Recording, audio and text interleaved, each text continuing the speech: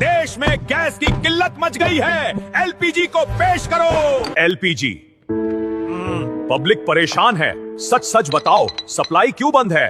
Iran में war चल रहा है, इसमें मेरी कोई गलती नहीं है। तुम्हारी वजह से आज पूरा देश परेशान है, तो अब तुम ही इस मुसीबत का कोई हल निकालो। घबराइए नहीं जज साहब, मैं अपने एक बहुत पुराने मित्र को जानती हूँ जो हमें इस मुसीबत से निकाल सकता है। उसे फौरन पेश करो।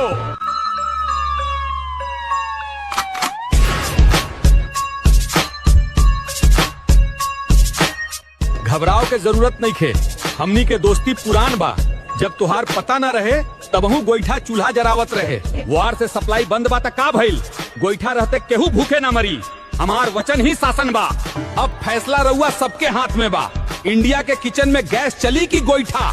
जाके कमेंट में बताई, ना तो कटप्पा आ जाई। जय माहिष्मती।